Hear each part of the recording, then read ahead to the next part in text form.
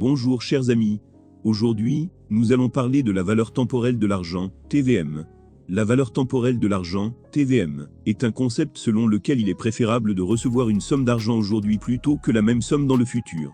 En effet, vous pouvez investir l'argent, ce qui vous permet d'obtenir un rendement. Ce concept peut être approfondi en examinant la valeur actuelle d'une somme future et la valeur future d'une somme actuelle. Le TVM peut être représenté mathématiquement à l'aide d'une série d'équations. La capitalisation peut également être ajoutée, et l'inflation est également couramment prise en compte lors de la prise de décision en matière de TVM.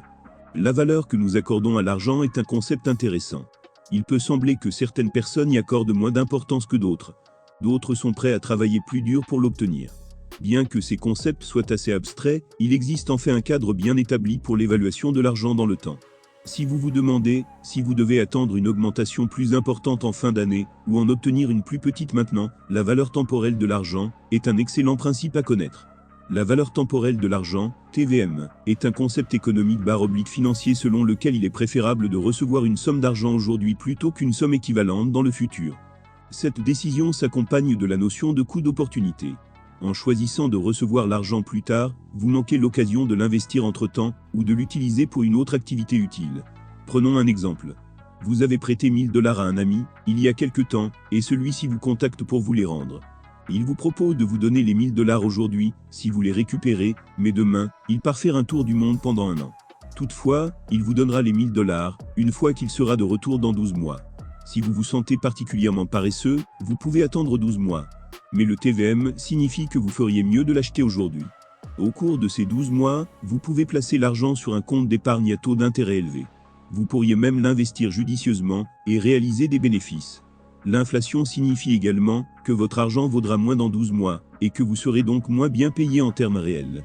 Il est intéressant de se demander ce que votre ami devrait vous payer dans 12 mois pour que cela vaille la peine d'attendre.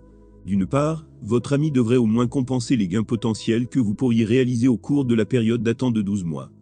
Nous pouvons résumer toute cette conversation en une formule succincte, la formule TVM. Mais avant d'en arriver là, nous devons d'abord effectuer d'autres calculs, la valeur actuelle de l'argent et la valeur future de l'argent.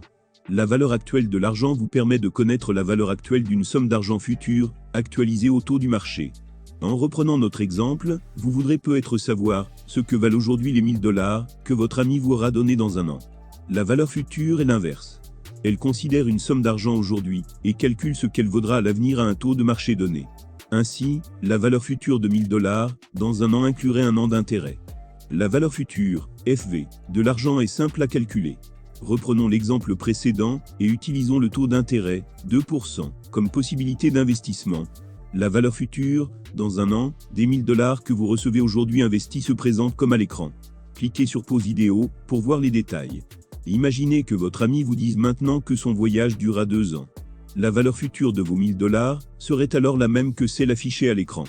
Notez que dans ces deux cas, nous avons supposé que les intérêts étaient composés. Nous pouvons généraliser notre formule de valeur future, comme à l'écran. Oui égale investissement initial, R égale taux d'intérêt, N égale nombre de périodes. Notez que nous pouvons également remplacer I par la valeur actuelle de l'argent que nous aborderons plus tard. Alors pourquoi voudrions-nous connaître la valeur future ?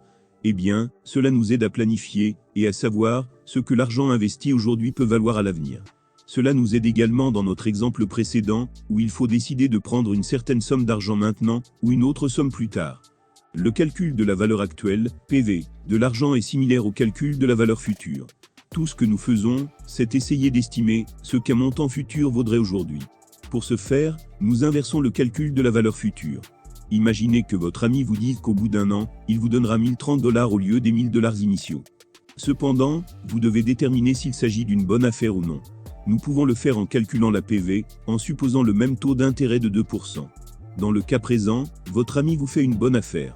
La valeur actuelle est supérieure de 9,80 $ à ce que vous obtiendriez de votre ami aujourd'hui. Dans ce cas, vous feriez mieux d'attendre un an.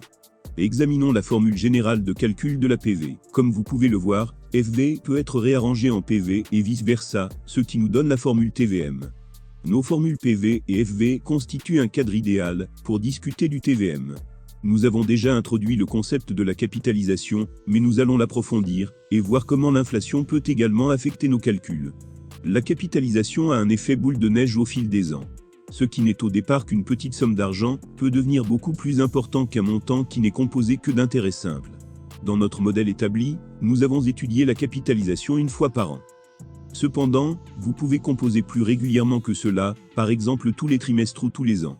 Pour tenir compte de cette possibilité, nous pouvons ajuster légèrement notre modèle. Où PV égale valeur actuelle, R égale taux d'intérêt, T égale nombre de périodes de composition par an. Introduisons notre taux d'intérêt composé de 2% par an, donné une fois par an sur $1000. Ce taux est, bien entendu, le même que celui que nous avons calculé précédemment. En revanche, si vous avez la possibilité de composer vos gains 4 fois par an, le résultat est plus important.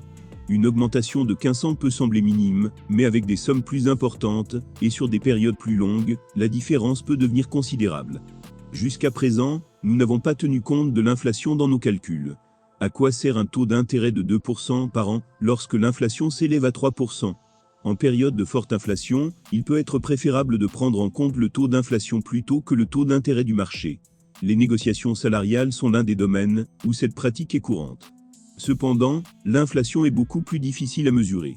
D'une part, il existe différents indices permettant de calculer l'augmentation des prix des biens et des services. Ils fournissent généralement des chiffres différents. L'inflation est également assez difficile à prévoir, contrairement au taux d'intérêt du marché. En résumé, nous ne pouvons pas faire grand-chose contre l'inflation. Nous pouvons intégrer dans notre modèle un aspect d'actualisation pour l'inflation, mais comme nous l'avons mentionné, l'inflation peut être extrêmement imprévisible lorsqu'il s'agit de l'avenir.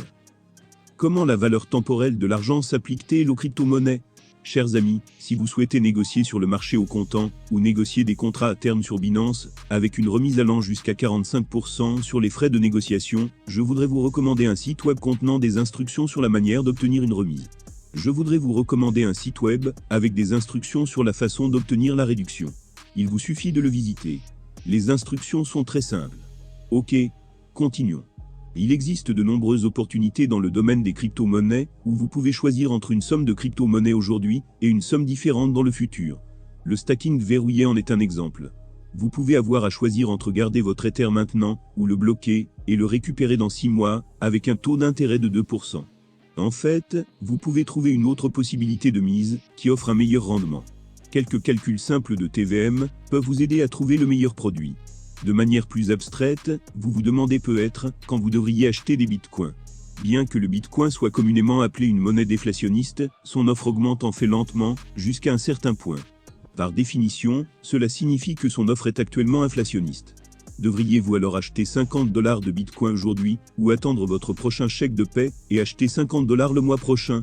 Le TVM recommanderait la première solution, mais la situation réelle est plus complexe en raison de la fluctuation du prix du bitcoin. Bien que nous ayons défini le TVM de manière formelle, vous avez probablement déjà utilisé ce concept de manière intuitive. Les taux d'intérêt, le rendement et l'inflation font partie de notre vie économique quotidienne. Les versions formalisées sur lesquelles nous avons travaillé aujourd'hui sont très utiles aux grandes entreprises, aux investisseurs et aux prêteurs. Pour eux, même une fraction de pourcent peut faire une énorme différence dans leur profit et leurs résultats. Pour nous, en tant qu'investisseurs en crypto-monnaie, c'est toujours un concept qui mérite d'être gardé à l'esprit lorsque vous décidez comment et où investir votre argent pour obtenir les meilleurs rendements. C'est tout pour cette fois. Si vous l'avez apprécié, abonnez-vous à la chaîne. Merci de votre attention. Au revoir.